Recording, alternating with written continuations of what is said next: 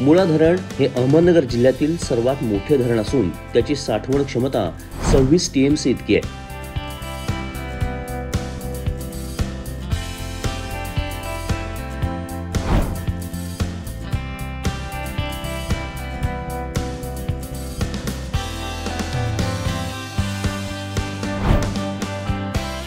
मुळा धरण राहुरी तालुक्यातील बारागाव नांदूर या गावाजवळ सन 1972 मध्ये बांधण्यात आलं होतं.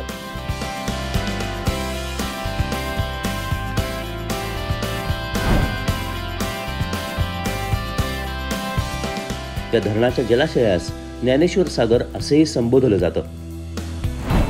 या धरणातील पाण्याचा वापर प्रामुख्याने पिण्यासाठी, सिंचनासाठी, जलविद्युत निर्मिती तथा औद्योगिक कारणासाठी केला जातो.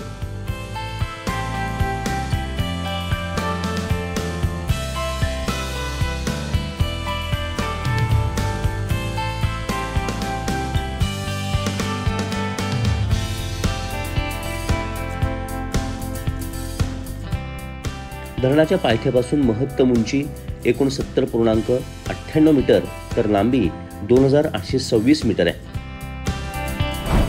या धरणातील पाण्यामुळे राहुरी, नेवसा, शेवगाव आणि पाथर्डी या तालुक्यातील एकूण 87,159 हेक्टर क्षेत्र सिंचनाखाली आलेले आहे. मुळा धरण हे अहमदनगर जिल्ह्यासारख्या अवर्षणग्रस्त भागाकरता खरोखरच जीवनवाहिनी ठरलेलं आहे.